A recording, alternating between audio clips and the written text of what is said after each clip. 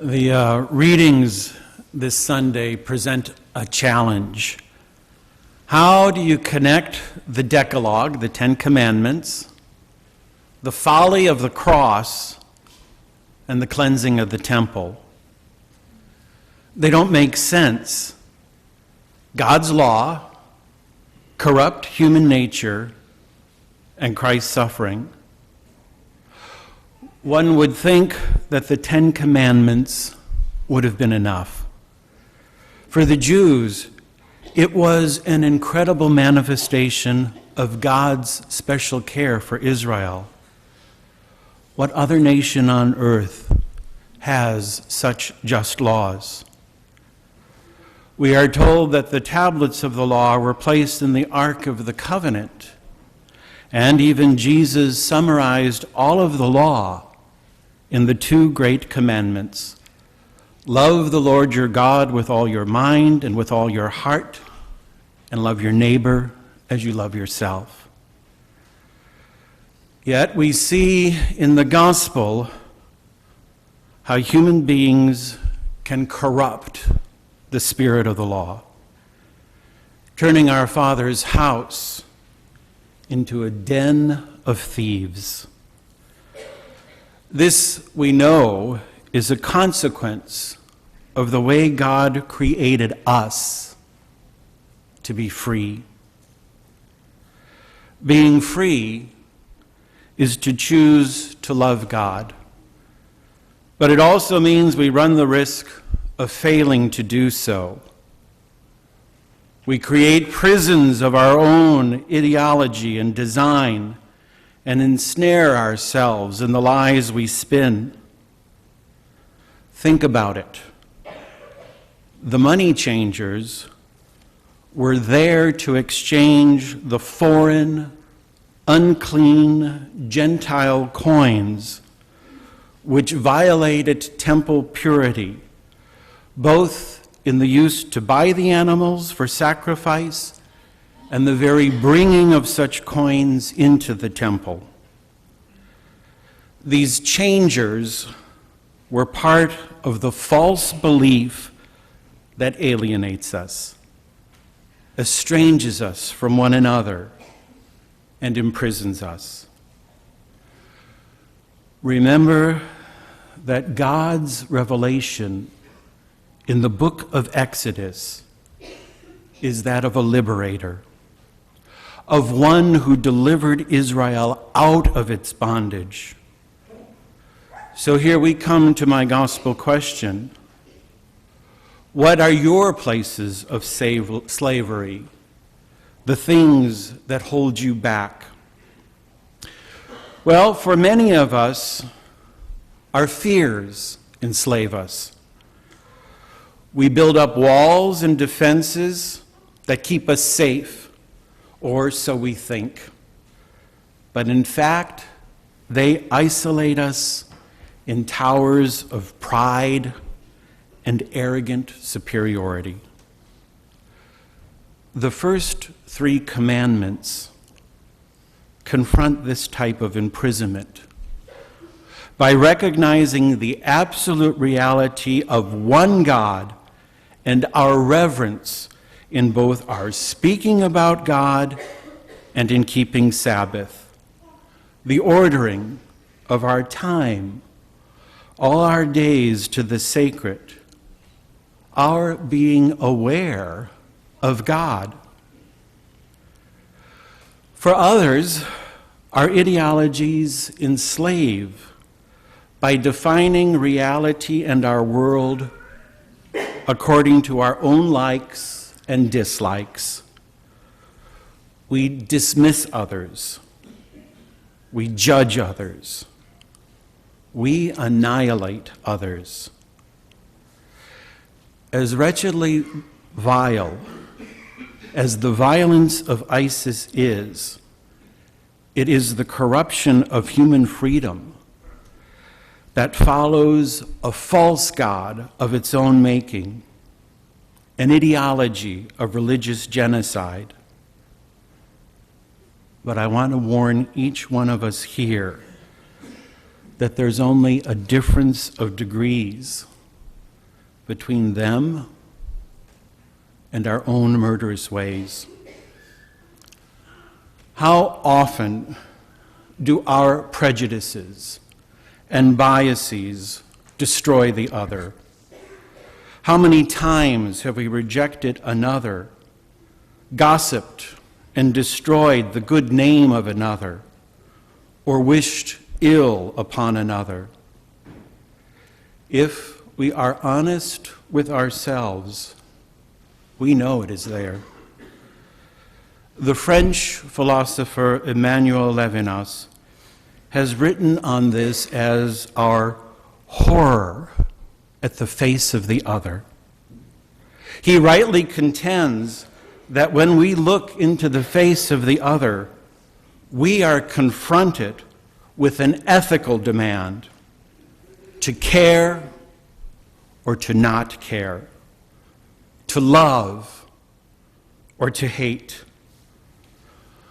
Almost a century ago, the French Dominican Jean-Baptiste Lacordaire said, "It is not genius, nor glory, nor love that reflects the greatness of the human soul.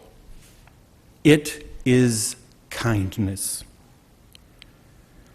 The remaining 7 commandments are all about this kindness and this care for our parents, for the life of others, for the chaste integrity of another human being, for the goods and possessions of the other, for the good name of the other, and for the home and the household of the other.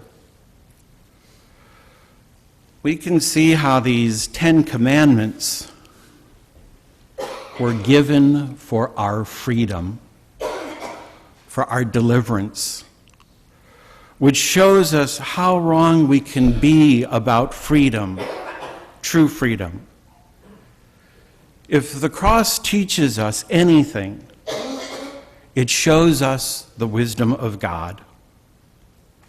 It is the lowly that are exalted, the weak who show true strength, and in dying that we rise. This freedom is never a freedom from some adolescent running wild. No, it is always a freedom for the moral call to live our destiny. Strange as it may be to understand, the 10 Commandments are not a restriction to our freedom, but they are the very way in which we are made free. The gripping message in today's gospel isn't that Jesus cast the money changers from the temple. Rather, it is that our salvation has already been won. It isn't bartered. The cross of Christ is the temple destroyed. It is the temple rebuilt in the body of Christ. This Good Friday and every Good Friday we chant, "Behold the wood of the cross on which hung our salvation. Come, let us adore him." The cross is our freedom, our liberation, our salvation. St. Paul puts it so simply and so beautifully. Christ, the power of God and the wisdom of God. Go ahead and dismiss the cross if you dare, but you do so at great peril. Only the real fool presumes God should have done it differently, with no suffering, no passion, no death. These are the folks in John's gospel who followed Jesus because of the signs they had seen. Jesus, it says, would not trust himself to them. That's powerful.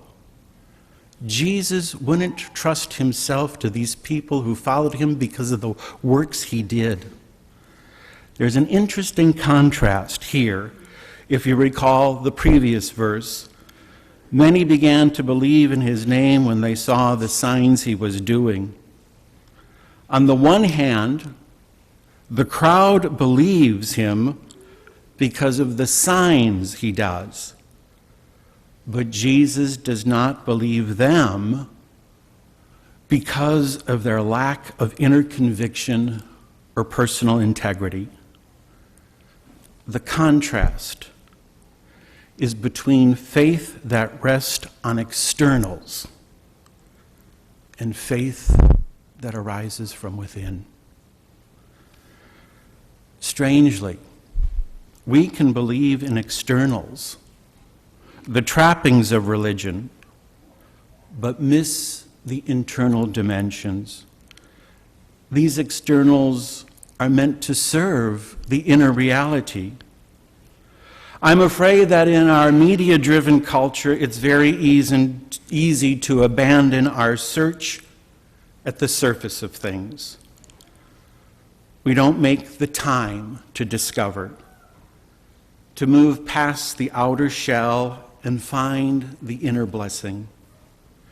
I have to say that I am alarmed at how many of us do this. Especially in this day and age, the young seem particularly at prey. Is there a danger lurking in our culture of quick fixes and easy answers, of news cycles with the attention span of a gnat, the short-sighted politicians who don't see further than their next campaign? Is there something in our world that stunts our moral growth, makes us stingy and uncharitable? Is there some reason why we cringe at the 10 Commandments, dismissing them as quaint or sectarian? The answer is yes. It is human freedom gone wrong. The ego grown fat with its own selfishness. Lent is when we see it clearly, when we take on the penitential practices and try to enter into our inmost being, the inner chambers of our hearts. We shed the false self and meet the broken and bruised self, the self we thought unworthy of love, the self we've shackled with chains of deception and falsehood. Letting go is a lesson learned only by those who love, only by those who care. Trusting and being trusted, loving and being loved are never found in the superficial veneer of a person, but in the depth of a heart that is open to pain, open to being broken. This Lent, let go of the things that enslave you, that hold you back and keep you from being who God calls you to be, your truest self.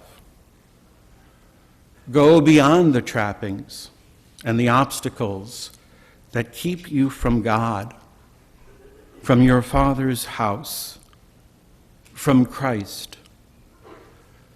Let your faith rest within you, and from there flow out to others. In doing so, Christ will entrust himself to you.